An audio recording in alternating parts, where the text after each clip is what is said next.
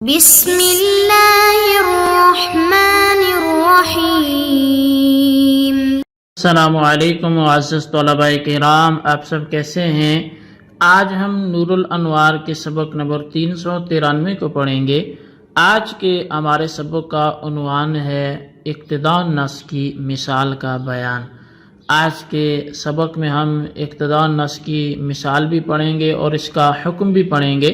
آئیے آج کے سبق کی عبارت پڑھ کے اس کا ترجمہ کرتے ہیں، اس کے بعد سبق کی وضاحت کی طرف بڑھتے ہیں۔ مصنف علیہ رحمہ لکھتے ہیں وَمِثَالُهُ الْأَمْرُ بِالتَّحْرِيرِ لِلتَّكْفِيرِ مُقْتَضٍ لِلْمِلْكِ وَلَمْ يَذْكُرْهُ، اور اس کی مثال ادائے کفارہ کے لیے تحریر کا حکم ہے جو ملک کا مقتضی ہے۔ والظاہر ان الامر بالتحریر هو قوله تعالی فتحریر رقبۃ فإنه مقتض للملك الغیر المذکور فكأنه قال فتحریر رقبۃ مملوکۃ لكم فإن اعتاق الحر وعبد الغیر لا يصح فتحریر رقبۃ مقتض ومملوکۃ لكم مقتدا وحکمہ وہو الملک ثابت بالمقتدا۔ تو فرمایا کہ حالانکہ مصنف نے اس کو ذکر نہیں کیا اور ظاہر یہ ہے کہ تحریر کا حکم جو ہے وہ اللہ تعالیٰ کے قول فتحریر رقبۃ ہے، کیونکہ یہ ملک غیر کا مقتضی ہے۔ گویا اللہ تعالیٰ نے یوں فرمایا کہ فتحریر رقبۃ مملوکۃ لکم، کہ ایک اس غلام کو آزاد کرنا ہے جو تمہاری ملک میں ہو، اس لیے کہ آزاد اور غیر کا غلام اس کو آزاد کرنا یہ درست نہیں ہے، تو پس تحریر رقبہ یہ مقتضی ہے اور مملوکہ لکم یہ مقتضا ہے، اور اس کا حکم یعنی ملک جو ہے یہ اس کا حکم ہے، اس مقتضا سے ثابت ہوتا ہے، جو مقتضا اور مقتضی دونوں سے ثابت ہوتا ہے۔ وقیل المراد به قوله اعتق عبدك عني بألف فإنه يقتضي معنى البيع فكأنه قال بيع عبدك عني وكن وكيلي بالإعتاق فلما ثبت البيع اقتضاء فلا يشترط فيه شرائط نفسه فيستغني عن الإيجاب والقبول۔ اور فرمایا کہ کہا گیا ہے کہ اس سے مراد وہ قائل کا قول اعتق عبدک عنی بألف ہے، یعنی تو اپنے غلام کو میری طرف سے 1000 کے بدلے آزاد کر دے، اس لیے کہ امر بالاعتاق بے کے معنی کا مقتضی ہے۔ گویا قائل نے یوں کہا کہ بے عبدک عنی وکن وکیلی بالاعتاق، کہ تو اپنے غلام کو میری طرف سے بیچ دے اور میری طرف سے وکیل بن کے اس کو آزاد کر دے۔ پس چونکہ بے اقتدان ثابت ہوئی ہے اس لیے اس میں خود اس کی شرائط نہ ہوں گی، چنانچہ وہ ایجاب و قبول سے مستغنی ہوگی۔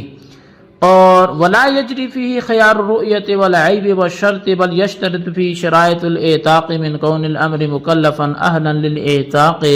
فلا یصح من الصبی والمجنون۔ تو فرمایا کہ اس میں خیار رؤیت، خیار عیب اور خیار شرط کے احکام جاری نہ ہوں گے،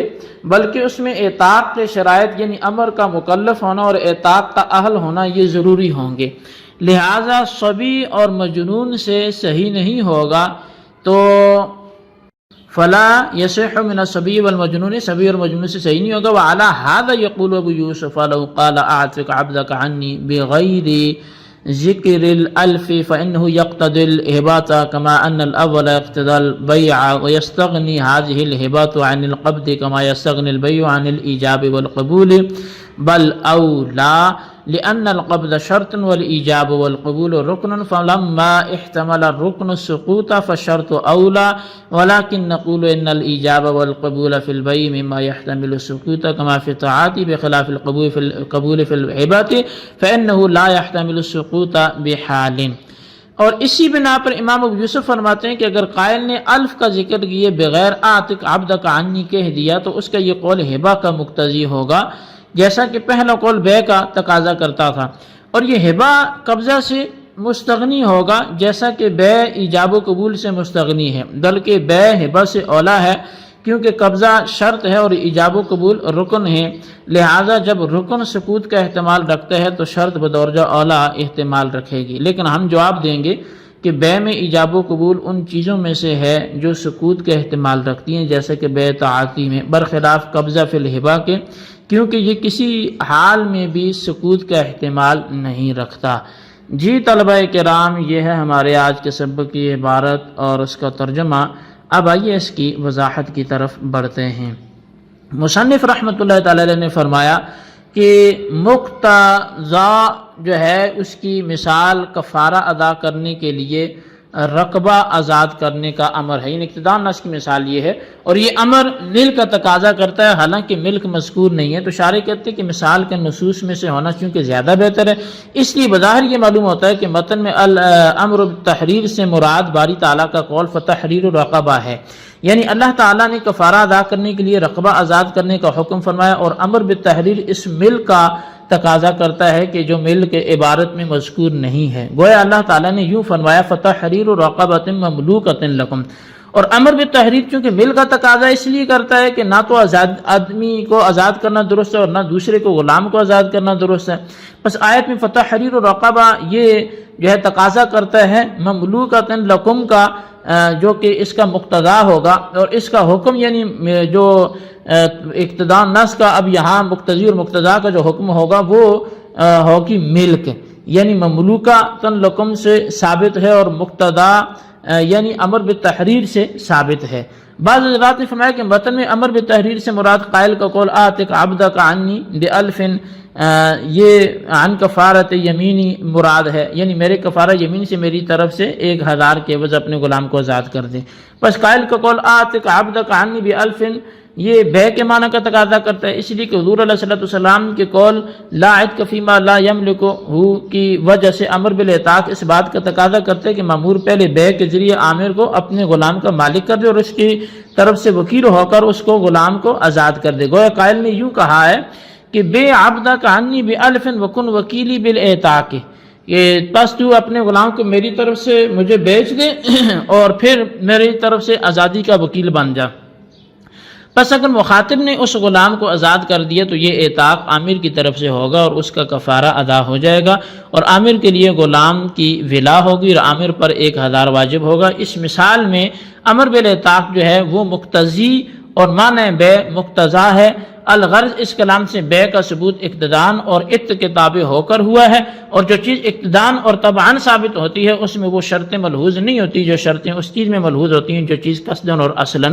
ثابت ہوتی ہے۔ لہٰذا اس جگہ بے جو اقتدان اور طبعاً ثابت ہے اس میں اصل بے کی شرطیں ملحوظ نہیں ہوں گی، اور جب اصل بے کی شرطیں ملحوظ نہیں ہیں تو یہ بے ایجاب و قبول سے بھی مستغنی ہوگی، اور اس میں خیار رؤیت، خیار عیب اور خیار شرط وغیرہ بھی جاری نہیں ہوں گے، بلکہ مقتضی یعنی اعتاق کی شرطوں کا پایا جانا ضروری ہوگا، مثلا عامر کا مکلف ہونا، اعتاق کا اہل ہونا، پس نابالغ اور مجنون چونکہ دونوں اعتاق کے اہل نہیں ہیں اس لیے ان کی طرف سے اعتاق درست نہیں ہوگا۔ تو بہرحال اس جگہ بے مقتضا یعنی اعتاق کی شرطوں سے ثابت ہوتی ہے، نہ کہ اپنی شرطوں سے، اور ایسا اس لیے ہوا تاکہ اس جگہ بے کا اعتاق کے تابع ہونا وہ ظاہر ہو جائے، چونکہ جو چیز اقتدان اور طبعاً ثابت ہوتی ہے اس میں اس کی اصل شرطیں ملحوظ نہیں ہوتی۔ اسی لیے حضرت امام ابو یوسف رحمۃ اللہ تعالی علیہ نے فرمایا کہ اگر کسی نے کسی کو مخاطب بنا کر آتک عبدک عنی کہا اور الف کا ذکر نہیں کیا، 1000 کا ذکر نہیں کیا،